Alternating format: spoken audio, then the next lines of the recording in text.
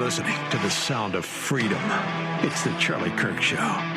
Did you know that private student loan debt in the United States totals over $300 billion, and about $45 billion of that is labeled as distressed? So what does Refy do? Our good friends at Refy, they will help you if you have distressed or defaulted private student loans. We spent a lot of hour one talking about affordability, how the admin is pivoting towards affordability. Well, you need to take control of your own affordability issues.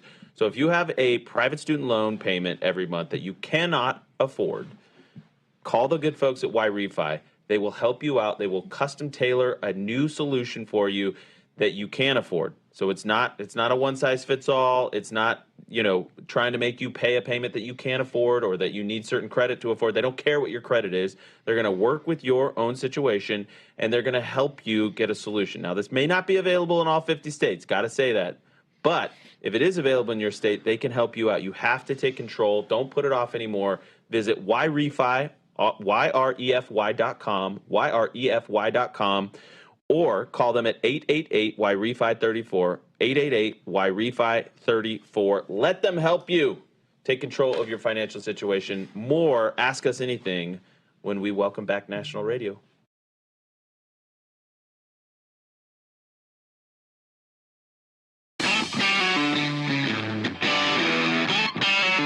All right, welcome back to the Charlie Kirk Show. We do have Blake Neff at an undisclosed location in the Eastern Seaboard. He's still with us, so if you got questions for Blake, make sure you send them in. Join us at members.charliekirk.com. Become a monthly paying member. You help us in a tremendous way. You have no idea how much we love you guys. Members.charliekirk.com. You also get to be a part of our Friday Ask Us Anything. Next up is Sarah.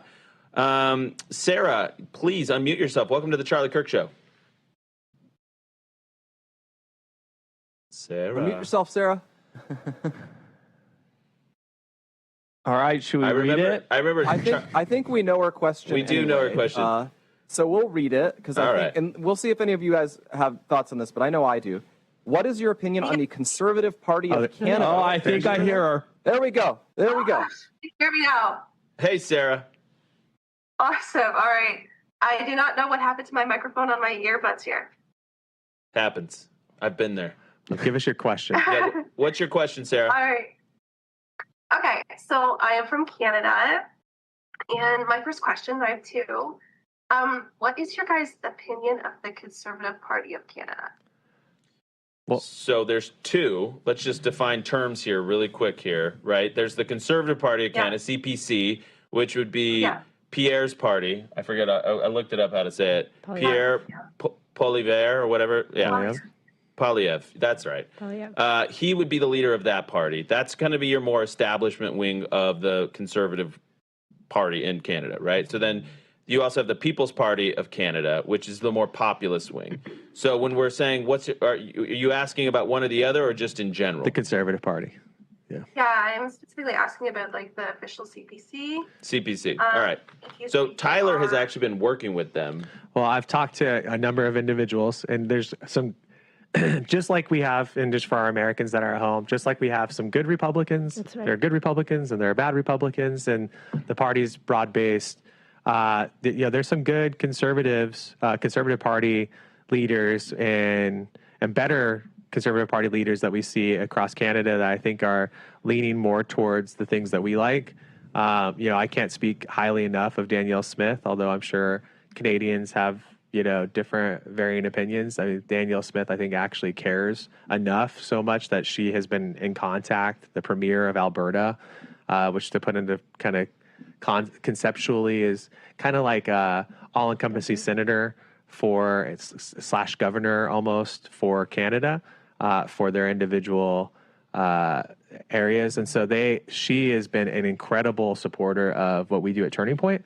And it has been at the forefront of having conversations to represent, I think, the more conservative wing from an elected position. And I know that there are a great number of individuals who have engaged with the Conservative Party in Saskatchewan that have done a great job. And I think those two, nation states within Canada, Alberta and Saskatchewan, are the future. And I think that the Conservative Party, my opinion is that if the Conservative Party were smart, they would consolidate their efforts into those two areas and then spend time with the conservative activists to grow from there and really wield power, as we talk about power, against the establishment to try to actually expand their talking points that I think are more successful, which, again, Canada combated the complete shutdown of their country during COVID. It was like the worst parts of the United States, just to put it in perspective, and I'm sure you have some opinions on that, Sarah.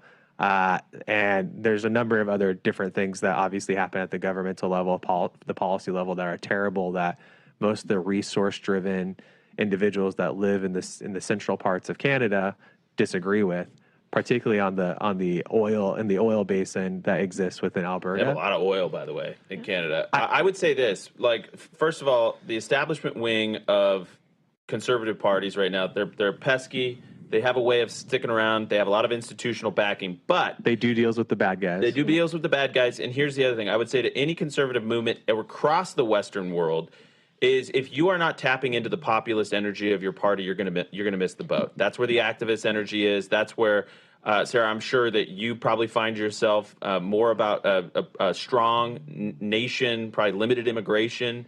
Those are the taproots of energy when it comes to conservative activists. And if you're not going there because you're afraid that it's, the country's not ready for it, I would just say look at France, look at we've got the Netherlands, look at the UK, what's happening in the UK right now. The UK is so buttoned up.